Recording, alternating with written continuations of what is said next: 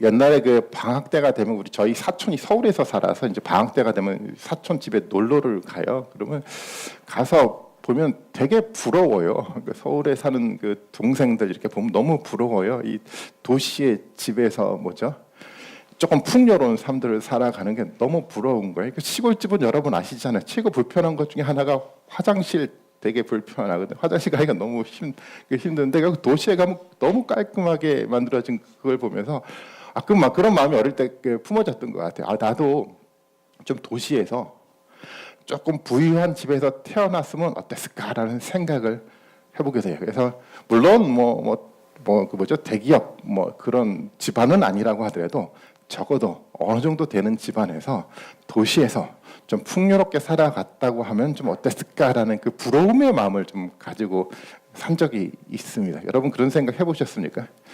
아마 이렇게 부러운 마음을 가지면 어느 누군가는 그렇게 얘기할지 모르겠어요. 김나영 집사님 그런 생각하실 것 같은데, 나는 남한에서만 태어나도 되지 뭘 그런 부러움을 갖느냐, 그거면 좋건데 뭘 부럽냐라고 생각할지 모르겠지만 사람들은 다 그런 생각을 가지고 있어요. 조금 더 좋은 집에서 좋은 환경 속에서 태어났으면 어땠을까.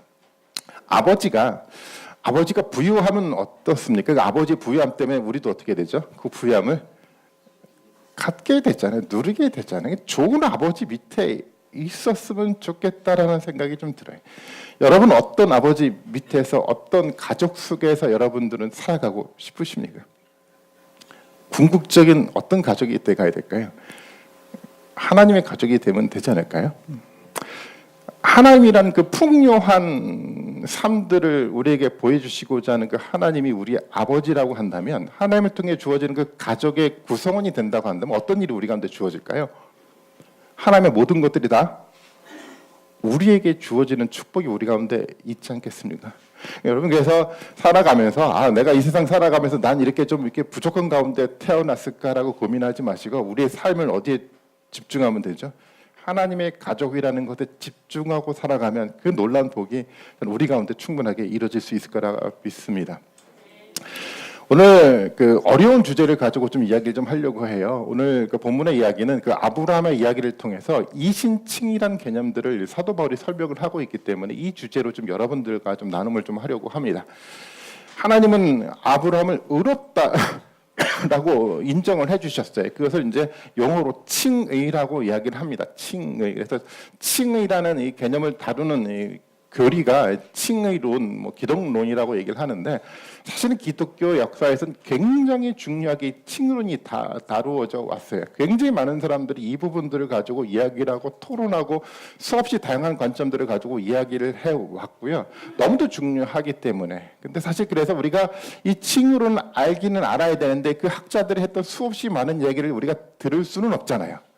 듣는다고 하더라도 이해가 안 되잖아요. 그래서 우리는 어떻게 해야 되냐면 중요한 사람들이 했던 중요한 얘기를, 결론적인 이야기를 가지고 우리의 삶 가운데 적용하는 일을 우리가 해 나가야 될 거라고 좀 생각이 좀 들었습니다. 그래서 이 칭의론, 이신칭에 대한 이 중요한 이야기를 간략하게 정리를 해서 우리 가운데 적용적인 관점 속에서 이야기를 좀 여러분들하고 좀 나누려고 합니다.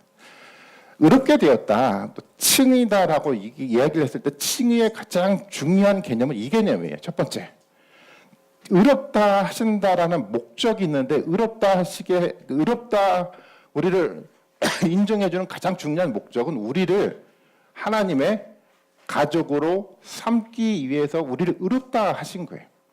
칭의론의 가장 중요한 개념은 그래서 저는 그거라고 생각이 들어요. 우리를 하나님이 가족 삼으시기 위해서 우리를 의롭다라고 만들어주고 인정해 주셨다라는 거예요. 아브라함 얘기는 아브라함의 믿음의 이야기, 칭의에 관계된 이야기는 그동안 계속 반복해서 해왔지만 무엇과 관계가 돼 있냐면 아브라함의 언약과 관계가 돼 있잖아요. 그래서 언약에 대한 이야기를 다시 한번 보고 이야기를 진행을 해봤으면 좋겠어요. 창세기 17장 몇 절이죠? 11장 8절에 대한 이야기를 같이 한번 보겠습니다. 17장 8절을 같이 한번 읽어볼까요? 시작.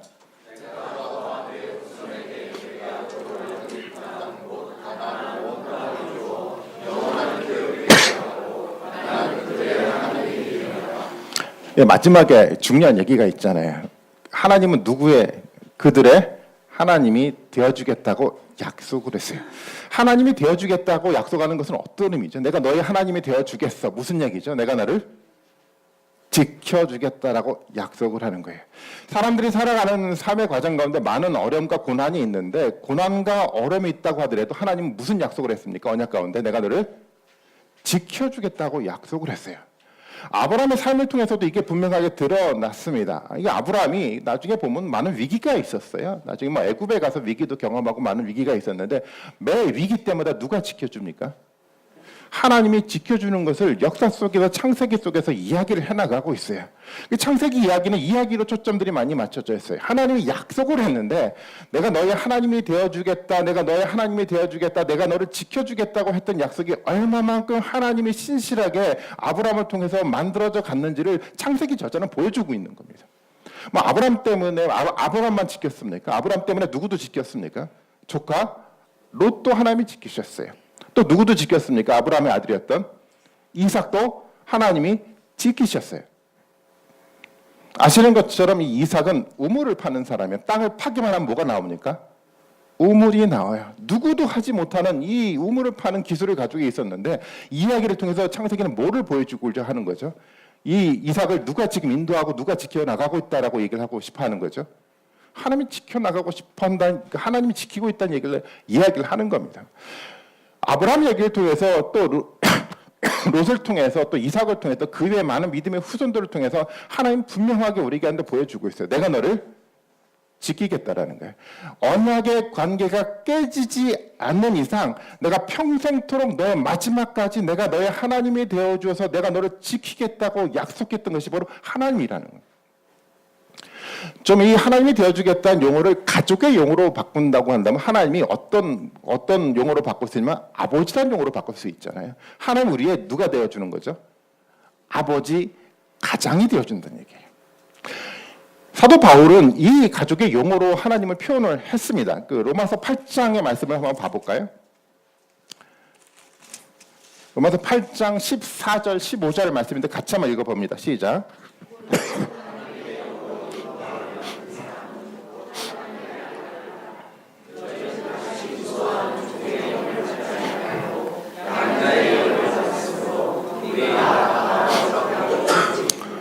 예, 사도 바울의 표현법이에요. 뭐라고 표현합니까? 하나님 뭐라고 표현하죠? 우리의 아빠, 아버지라고 표현하는 거예요. 우리는 누가 되는 겁니까? 그러니까 하나님의 아들이 되는 거예요. 우리는 하나님의 아들이 되고요. 하나님 우리의 아빠, 아버지가 되신다는 얘기. 이게 무슨 의미입니까? 아빠, 아버지와 함께 살아가기만 한다고 한다면 내 모든 인생을 누가 책임지는 겁니까? 하나님이 책임을 지는 거예요. 바보같이 산 인생 한 사람이 있어요. 탕자의 비유를 통해서 나타났던 것처럼 하나님 곁에 아빠 곁에 있으면 되는데 어떻게 되죠? 떠나가잖아요. 하나님 우리에게 약속을 하고 있어요. 내 가운데 함께 하기만 하면 내가 너를 평생도록 지키겠다라고 하나님 우리에게 약속하고 있다는 겁니다. 그리고 하나님 우리의 아빠 아버지 되시면 우리 가운데 주어지는 상급이 있어요. 어떤 건지 아십니까? 그 다음 절 한번 읽어볼까요?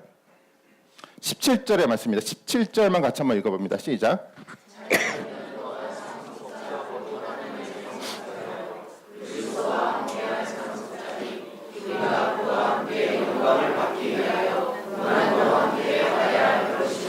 뭐라고 얘기합니까? 자녀이면 곧 뭐가 된다는 거죠?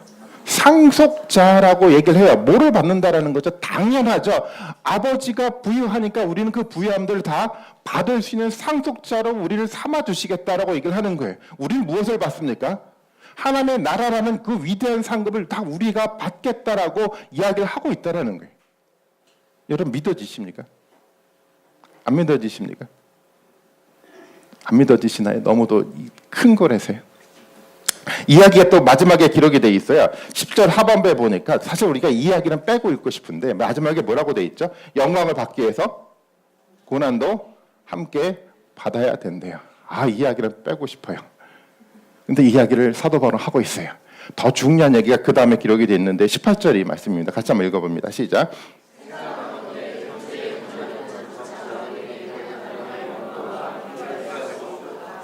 사도 바울의 이야기예요. 고난이 있긴 있는데 아무리 많은 고난을 받는다고 하더라도 장차 우리 가운데 임할 하나님의 상급을 생각해 보면 어떻다라는 거지. 이 고난은 아무것도 아니라는 거예요. 우리가 사도행전을 통해서 사도 바울의 여정을 우리가 배우지 않았습니까? 사도 바울은 어떤 인생을 살아갔습니까? 정말 고난도 그런 고난이 어디 있습니까? 정말 많은 죽음의 위기 속에서 사도 바울은 살아남은 사람이잖아요. 수없이 많은 고난의 인생들을 살아갔는데 그 고난이 잊혀질 정도로 우리 가운데 다가올 하나님의 영광과 우리 가운데 주어질 하나님의 상속자로 받아야 될 하나님 나라의 위대함들을 생각해 보면 이 고난이 아무런 의미가 없다라는 거예요. 이게 사도 바울의 고백이었어요. 사도 바울의 머릿속에 마음속에 무엇이 담겨져 있는지 여러분 마음속에 그려져 갑니까? 아무리 큰 고통이 있다고 하더라도 많은 어떤 어려움이 있다고 하더라도 중요하지 않아요. 뭐 때문에요? 사도 바울 마음속에 그려져 가고 있는 하나님 나라를 생각해 보면 하나도 중요하지 않다라고 사도 바울이 고백하고 있는 것처럼 우리 가운데 주어질 상속은요, 우리가 생각하고 감히 엄두도 되지 못할 위대한 일들이 우리 가운데 주어진다라는 겁니다. 누가 약속하신 겁니까? 아빠, 아버지 대신 하나님 우리에게 약속하신 거예요. 언약 가운데 우리 가운데 약속을 했기 때문에 하나님의 신실함대로 우리 가운데 변함없이 우리 가운데 이루어진다라는 것이 하나님의 약속이라는 겁니다. 저는 이 약속을 기억하고 살아가야 된다고 생각이 돼요. 이 약속을 기억하지 않으면 우리는 어떤 복을 추구하는지 아십니까? 하나님 우리에게 주어질 영원한 약속이 우리 가운데 기억되지 않으면 우리가 이 세상 살아가는 가운데 세속적 복을 추구하고 살아갈 수밖에 없어요. 많은 세속적 복을 받고 싶어 해요. 왜 그런지 아십니까? 뭐가 잊혀졌기 때문이에요. 우리 가운데 영원하게 다가올 영원한 이 하나님 나라에 대한 이 상속자로서 이 기억들이 우리 가운데 사라져 갔기 때문에 세속적 복을 추구하기 시작을 사실은 하는 겁니다. 과거 사도들과 우리의 신앙생활은 근본적인 차이가 있어요. 베드로도 그렇고 사도 바울도 그렇고 사도신서를 읽어 내려가다 보면 사도 바울과 베드로의 생각은 분명해요. 항상 뭐를 꿈꾸고 살아갑니까? 이 하나님 나라의 상속이 된 꿈을 꾸고 살아갔어요. 현재 삶 가운데 고난과 어려움이 있더라도 상관이 없어요. 왜? 그 꿈들이 사도 바울과 베드로 가운데 너무도 중요하게 각인들이 되어 있기 때문에. 우리는 좀 다른 것 같아요. 어떻게 다릅니까? 그 기억은 없어요.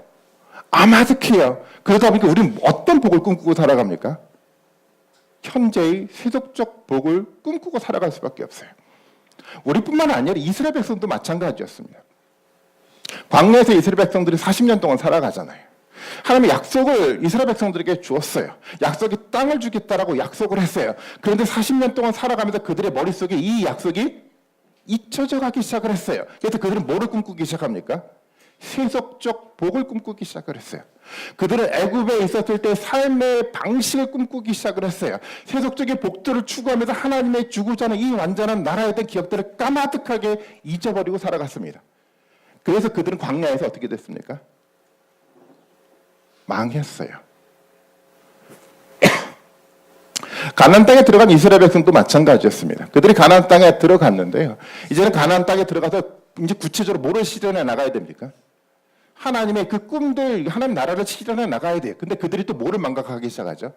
하나님의 나라에 대한 망각이 이루어져 가기 시작해요. 그러니까 그들이 뭐를 본받아 가기 시작합니까? 가나안 땅에 우상을 본받아가고 가나안 땅의 문화를 받아들이고 혼합적인 세속적인 기독교 공동체를 그들이 만들어 가기 시작을 했습니다. 어땠습니까? 그들이 그래서 망했어요. 이스라엘 역사도 마찬가지잖아요. 다윗을 통해서 하나님 위대한 나라를 보여주셨어요. 근데 솔로몬 이래로 그들이 그 하나님 나라에 대한 그 사실들을 망각하기 시작했어요. 그리고 그들은 어떤 꿈을 꿉니까? 세속적인 나라를 꿈꾸기 시작하면서 솔로몬은요, 이방의 문화를 가지고 들어오기 시작해요. 이방 여인과 결혼을 하기 시작을 하고요. 세속적인 어떤 공동체를 그들은 만들어가기 시작을 했어요. 그 시작점을 통해서 이스라엘 역사는요, 끊임없이 하나님의 꿈들을 망각하고 세속적인 복을 추구하는 역사를 만들어갔습니다. 그래서 그들이 어떻게 됐습니까? 바벨론에게 망했어요. 이것이 역사가 주는 교훈입니다. 이 교훈을 통해서 우리가 뭐를 알아갈 수가 있습니까? 하나님 우리에게 약속하신 우리 가운데 영원하게 주고자 했던 이 꿈들이 우리 가운데 망각되기 시작들을 하게 되면요, 우리는 세속적인 복을 추구할 수밖에 없고요. 세속적인 복음을 추구하는 삶에 대한 결론이 뭔지 아십니까? 망하는 겁니다. 우리는 그렇게 생각을 해요. 세속적인 복이 그래도 가치가 있지 않습니까? 라고 생각할지 모르겠어요. 어떻습니까? 우리가 추구하는 세속적인 복이 가치가 있습니까? 우리가 살아가는 기간 동안은 우리에게 가치가 있을지 모르겠어요. 근데 이 세속적인 복은요, 이 세상 살아갈 동안에만 존재하지 다 사라져가는 거예요. 우리가 몇 년 정도 인생을 살아갈 거라고 여러분 생각하십니까? 100세 시대니까 100세 정도 살아간다라고 가정을 해볼게요. 100세라는 것이 여러분 길게 느껴집니까? 좀 어떻습니까? 짧지 않나요? 인류 역사를 계산해 보면 여러분 한 몇 년 정도로 계산할 수 있을까요? 물론 정확하게 계산할 수 있는 건 아니지만 뭐 수천 년 전의 역사, 또 앞으로 남을 역사를 생각해 보면 한 10,000년 정도로 한번 계산을 해보면 10,000년의 역사 동안 우리가 살아가는 시간이 100년이면 몇 %인지 아세요? 1%야.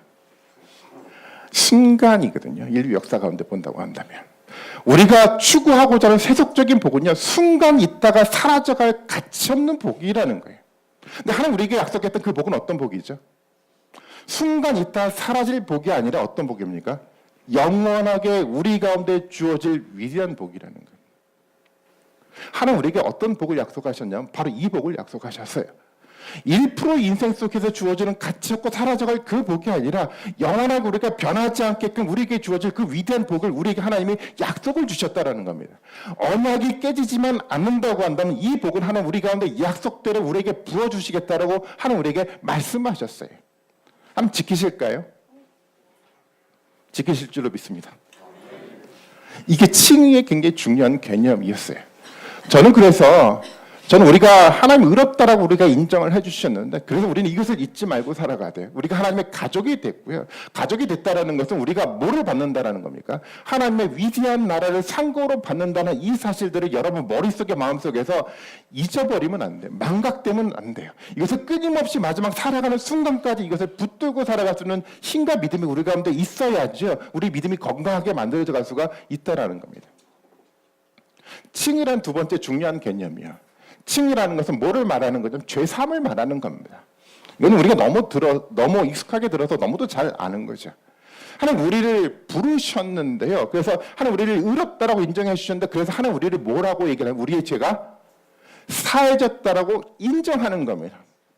우리는 많은 죄를 지었어요. 많은 죄를 짓고 우리가 하나님의 가족이 될 수가 있습니까? 나는 죄가 많은데요. 나는 더러워요. 나는 거짓이 너무도 많아요. 그런데 내가 하나님의 나라 가운데 살아갈 수 있는 자격이 주어질 수 있나요? 자격이 주어지면 안 돼요.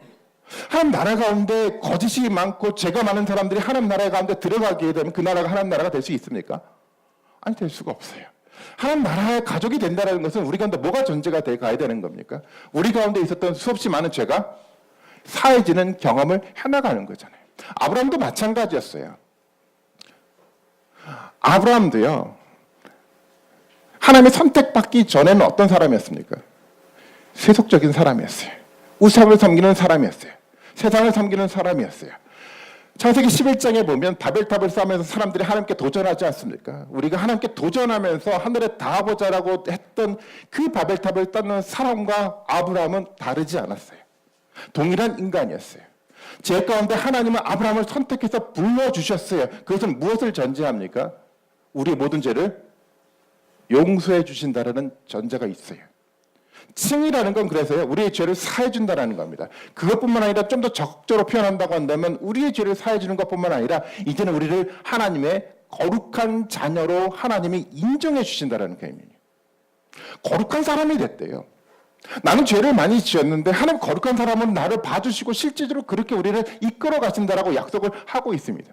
이 사실들이 우리 가운데 주어졌어요. 누구를 통해서 주어졌습니까? 나를 통해서요? 아니요. 누구를 통해서요? 예수 그리스도를 통해서요. 우리가 지난주 말씀을 나눴지만 이런 얘기를 하고 있잖아요. 하나님과 인간의 언약을 맺었는데요. 하나님은 신실한데 인간은 어떻습니까? 하나님 앞에 신실하지 못해요. 언약을 지키려고 하는 마음조차 갖고 있지 않아요. 언약이 무엇인지조차 몰라요. 망각하고 살아가요. 의지도 없어요. 제 가운데 인간은 살아가요. 그래서 깨질 수밖에 없었던 상황이었다는 겁니다. 그 누구도 이 언약을 회복시킬 수 있는 의지와 능력이 있지 않았습니다. 그런데 이 언약을 누가 회복시켰습니까? 내가 아니라 예수 그리스도가 회복시킨 거예요. 우리 가운데 주어졌던 이 의로움이란 칭이라는 개념이요. 하나님의 나라에 상속받을 수 있는 이 놀라운 특권이요. 우리를 거룩한 백성으로 삼아주셨던 이 놀라운 일들은 내가 무엇인가 해서 우리 가운데 주어졌던 것이 아니라 누구 때문이에요? 오직 100% 예수 그리스도의 신실한 믿음 때문에 우리 가운데 값없이 거저 주었다라는 겁니다. 여러분 만약에 이 사실이 우리 마음 가운데 고백된다고 한다면 우리 마음이 좀 어떨까요? 나는 의지도 없었어요. 나는 능력도 없었어요.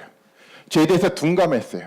그런데 어느 순간 예수 그리스도를 통해서 이 위대한 일들이 내 가운데 실현됐다라고 선언을 받는 순간 우리 삶이 어떻게 변화가 될까요, 여러분? 감격스럽지 않을까요? 감사가 생겨나지 않을까요? 아마 제가 생각할 땐 그래요. 예배를 하는데 앉아서 예배 못 드릴 것 같아요. 너무 감사해서요. 여러분 3층 이렇게 올라오잖아요. 너무너무 힘들어. 이런 마음이 안 들 것 같아요. 아마 100층 꼭대기라고 하더라도 올라간다고 하지 않을까요? 이 위대한 일들을 우리에게 보여주는 하나님의 앞에 감사한 마음들 때문에 하지 않겠습니까? 너무 좁은 비좁은 곳간 가운데 너무 냄새나는 곳 가운데 나면 너무 예배드리기 힘들어 이런 마음들이 생겨날까요?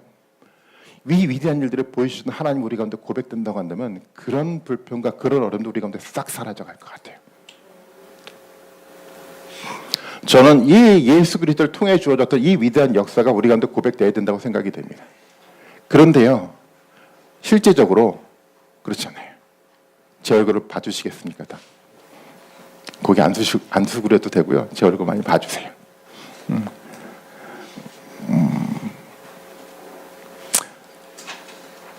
망각이 돼요. 왜 망각이 되는지 아십니까? 아니 처음에 신앙생활을 할 땐 감사한데 시간들이 지나가면서 감사가 잊혀져 가기 시작해요. 감격스러운 얘기가 들려지는데도 불구하고 우리가 근데 감격적으로 도대체 다가오지를 않아요. 아무리 로마서를 읽어도 예수 그리스도의 복음서를 읽더라도 너무도 지루하고 이것이 감격적인 메시지를 우리 가운데 다가오지 않아요. 여러분 그런 경험 있지 않으십니까? 왜 그럴까요? 이런 문제들이요. 사도 바울이 로마서 4장 4절을 통해서 그런 이야기를 해나가고 있네요. 4장 4절을 한번 같이 한번 읽어볼까요? 시작.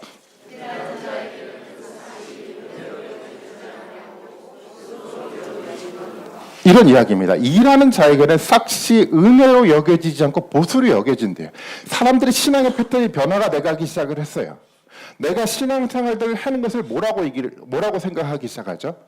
일하는 거라고 생각을 해요. 그래서 뭐를 기대합니까? 하나님으로부터? 보수를 기대하게. 지금 하나님께 지금 뭐 하고 있는 거죠? 거래를 하기 시작을 했어요. 하나님은 우리에게 줬던 미무한한 은혜에 감사하며 살아가는 것이 아니라 이제는 조금씩 거래하기 시작했어요.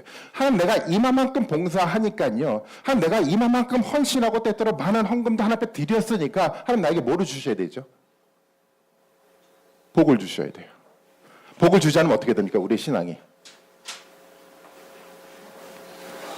우리 신앙의 패턴이 그렇게 변화가 돼가기 시작을 해요. 여러분 성경 인물 중에 사람들이 가장 부러워하는 사람이 누군지 아십니까? 가장 부러워하는 사람이요. 사도 바울이요? 베드로요? 아니요. 제가 생각할 때 이 사람이에요. 예수 그리스도가 십자가에 달려 죽으실 때 같이 십자가에 있었던 사람이에요. 부럽지 않습니까? 인생 마지막에 예수님 앞에 믿음으로 고백하고 천국을 갈 수 있는 이 기회가 주어졌던 이 사람만큼 부러운 사람이 우리 가운데 어디 있겠습니까? 여러분 부러우신가요? 속으로 대답만 하세요. 왜 대답을 하시는지 아십니까? 우리 마음속에 어떤 생각이 들어서인지 아세요? 우리가 수십 년 신앙생활을 해왔던 그 신앙생활들의 가치가 없게 느껴졌어요. 예수 믿고 구원받은 건 좋은데 수십 년 동안 신앙생활했던 그 모든 것들이 하나님 앞에 가치 없는 시간들로 느껴졌기 때문에 그 사람이 부러운 거잖아요. 왜 가치 없게 우리가 느껴졌는지 아십니까? 내가 신앙생활을 해나간다 우리 마음속에 이 전제가 있어. 내가 열심히 일한 만큼 헌신한 만큼 하나님 주셔야 되는데 왜 주시지 않았습니까? 라는 이 낭망 때문에 가치 없게 느껴져 가는 거예요. 우리 신앙의 본질은 거기에 있지 않아요. 어떤 마음으로 살아가야 됩니까? 하나님 우리에게 하나님의 아들로 우리를 평생 지킨다는 이 소망 가운데 살아가는 감사의 삶들을 통해서 만들어져 가야 되는데 감사는 사라져가고 이 행위의 근거한 어떤 결과를 받기 위해 신앙들이 만들어져 가는 순간 우리의 신앙생활들이 가치 없게 느껴져 가기 시작을 해요. 신앙생활 몇 년 하셨습니까? 여러분 가치 있게 느껴지십니까? 예수님이 포도원 주인에 대한 비유를 얘기를 하시잖아요.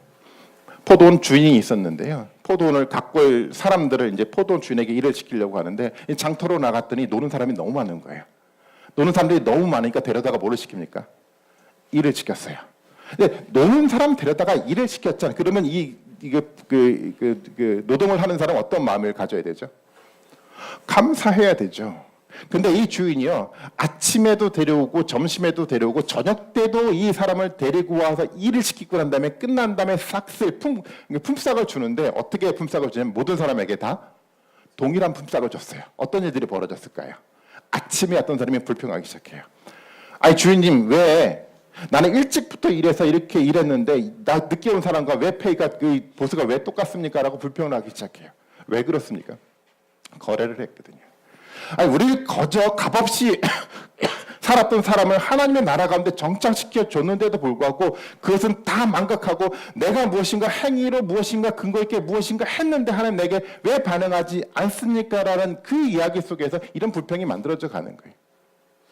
신앙생활에 나가다가 여러분 우리 가운데 불평이 생겨나기 시작하지 않습니까? 감사가 사라져가기 시작해요. 100% 원인이 어디 있는지 아십니까?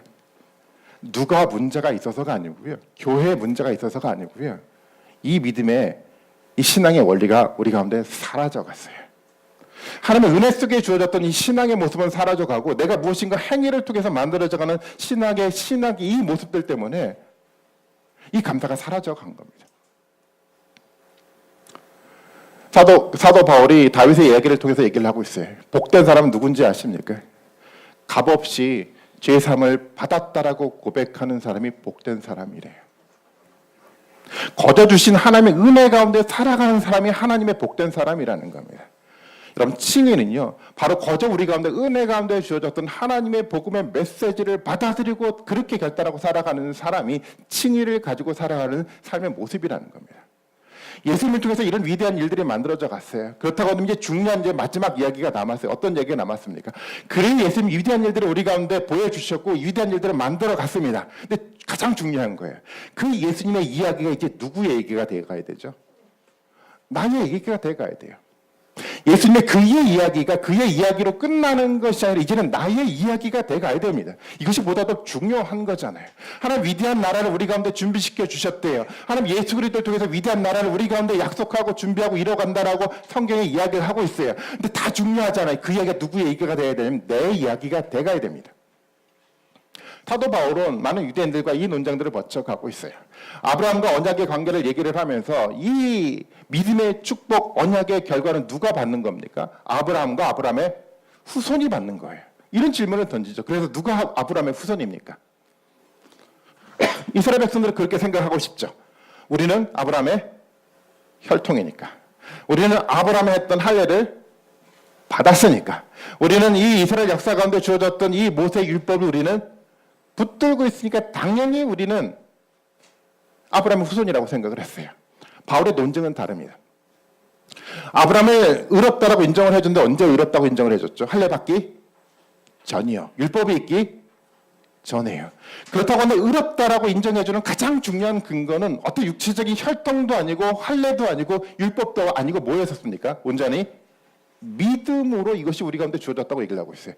중요한 이야기입니다. 그래서요, 예수 그리스도를 통해서 만들어졌던 위대한 여기가 우리 가운데 되려고 하면 우리는 아브라함의 후손이 돼가야 되는데요. 아브라함의 후손이라는 얘기는 어떤 얘기를 말하냐면 이스라엘 사람이 되어 가야 된다는 얘기가 아니고요. 믿음의 후손이 돼야 된다는 얘기입니다.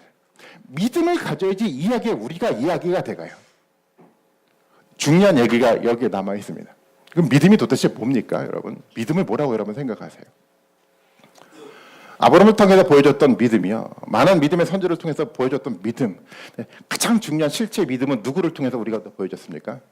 아브라함도 아니고 많은 믿음의 선조도 아니고 누구죠? 예수 그리스도를 통해서 보여줬잖아요. 예수 그리스도에 대한 이야기는요. 이제 그다음 아까 읽었던 그 언약에 대한 이야기인데 다시 한번 볼까요? 언약에 대한 이야기를 다시 한번 봅니다. 창세기 8장 17절에 됐고 18절 창세기 17장 8절이요. 8절에 9절이죠. 9절 한번 열 수 있을까요? 9절을 같이 한번 읽어봅니다. 시작.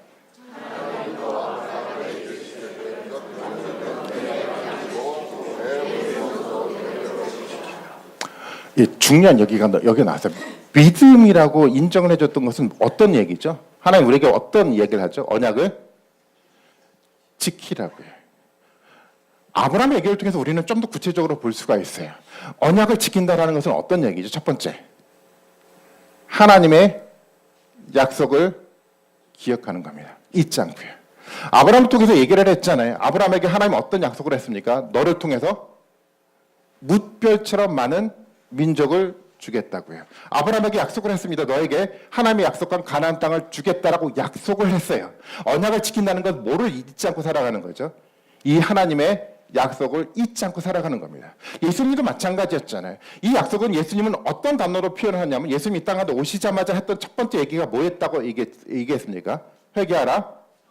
하나님의 나라 천국이 가까웠다고 얘기를 하고 있어요. 이것이 바로 하나님 우리에게 주었던 약속이라는 겁니다. 예수님은 하나님의 나라에 대한 이 약속들을 품고 살아갔던 사람이었어요. 언약을 지킨다는 건 그래서 첫 번째 중요한 것은 뭐냐면 하나님이 우리에게 약속했던 그 약속들을 잊지 않고 그 약속들을 기억하고 품고 살아가는 것이 언약을 지키는 겁니다. 우리가 가졌던 인생에 대한 목적을 세우고 이 목적대를 붙들고 살아가는 것이 믿음이 아니고요. 믿음이라는 건 누구의 약속을 품고 살아가는 거냐면 내가 만든 나의 목적이 아니라 누구의 목적이죠? 하나님이 우리를 향한 하나님의 목적을 잊지 않고 살아가는 겁니다. 그것이 언약에 대한 언약을 지키는 이야기입니다. 믿음은 언약을 지키는 거예요. 그럼 언약을 지키는데 어떻게 지킵니까? 철저하게 하나님의 말씀에 따라 지키는 거잖아요. 여러분 예수님이 이 하나님 나라를 꿈들을 갖고 여러분 말씀에 철저하게 순종해 나가고 있는데 가장 중요한 그림 겟세마네 기도가 여러분 있지 않습니까? 겟세마네 기도할 때 예수님 어떻게 기도하죠? 땀방울이 핏방울이 될 때까지. 왜 그렇게 기도합니까? 내가 가지고 있는 의지, 내가 가지고 있는 생각을 누구 앞에 복종시키는 겁니까? 하나님의 말씀 앞에 복종시키고자 하는 결단 때문에 이런 걸 얘기를 했어요. 저는 이것이 믿음이라고 생각해요.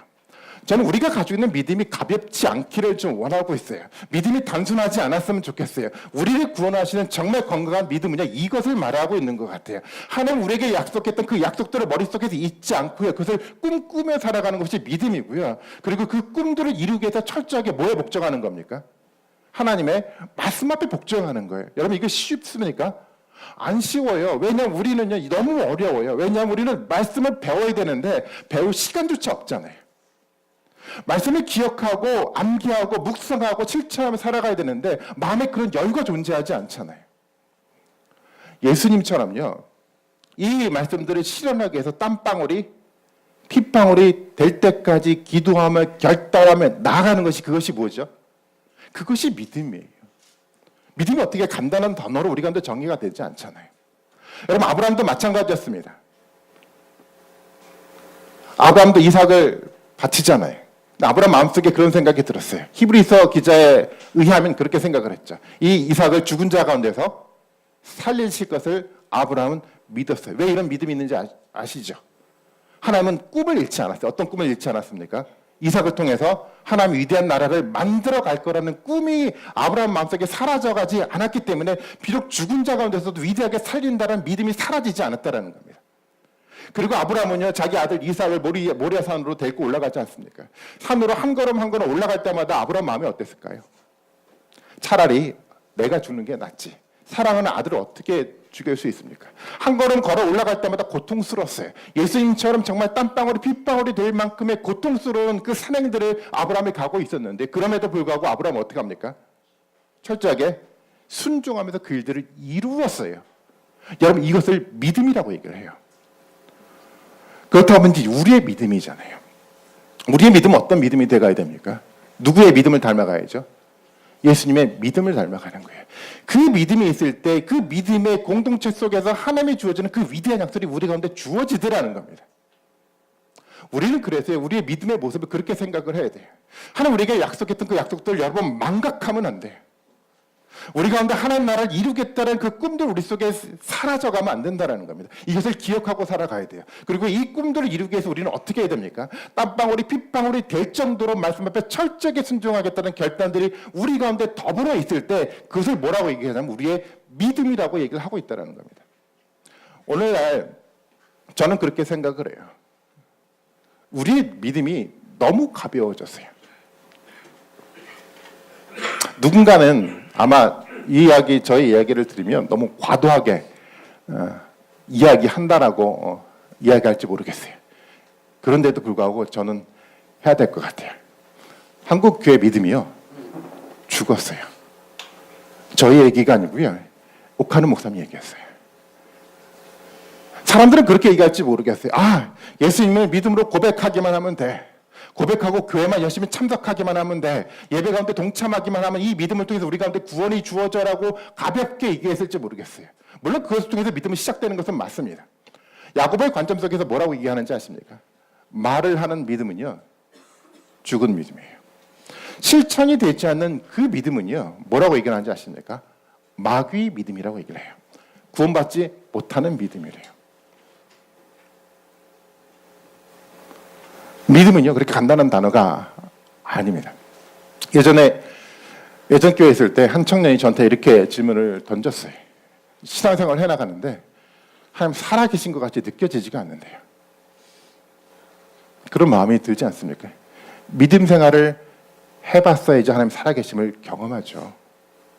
하나님의 꿈을 기억하고 땀방울이 핏방울이 될 정도의 결단이 있어야지, 이런 믿음이 우리 가운데 있어야지 그 역사 가운데 하나님 우리 가운데 능력을 보여주시고 하나님 살아계심들을 우리 가운데 보여주죠.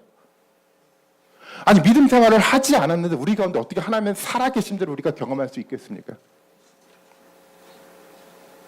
저는 가벼운 믿음이 아니라 성경에서 말하는 예수님의 믿음이, 저는 우리의 믿음이 되기를 좀 원합니다.